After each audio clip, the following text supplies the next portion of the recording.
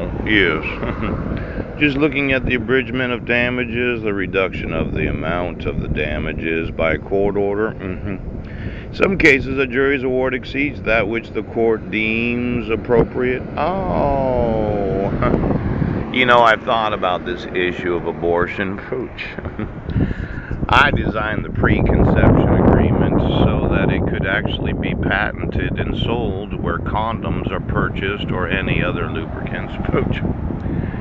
This concept of having an agreement before conception, yeah. There's something that a man and woman do have the legal right to do as to agree to the birth of a baby.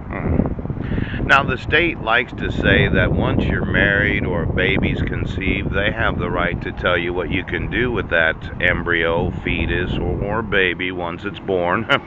6 to 9 months. Ooh. But my thought was that every volunteer would have a pregnancy test before signing the preconception agreement.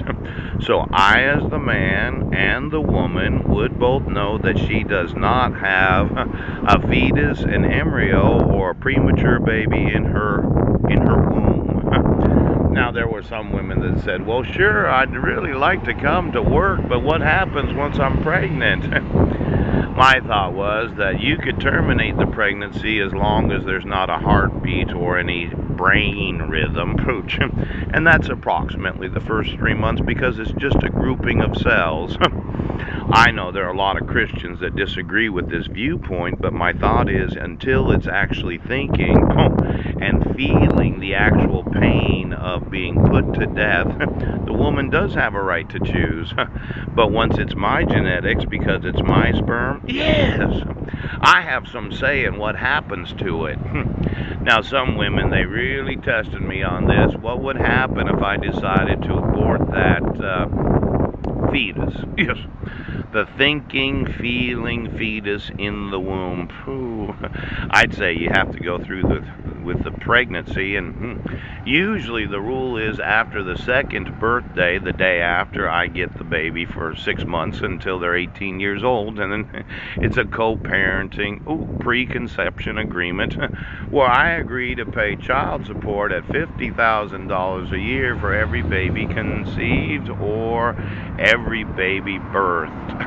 Now, if you actually did terminate the pregnancy, there's this condition about health. I understand that you don't know exactly what the pregnancy is going to be like, right, until the baby's gestating. Yeah. But let's say it did threaten the woman's life. I would have to agree that it's her choice. But the truth is, you're going to give birth to any baby that I conceive. Or I'd say you murdered it. Now, for a lot of women, this whole concept of volunteering, it's one of those where it's the responsibility of parenting that is of a great concern. Now, the preconception agreement removes the state's involvement in the actual child support and the parenting plan because we have a parenting plan and child support in place before conception, before the woman is pregnant. Now, this is a binding contract that if a woman decided to fuck me over, I have her put in prison for murder.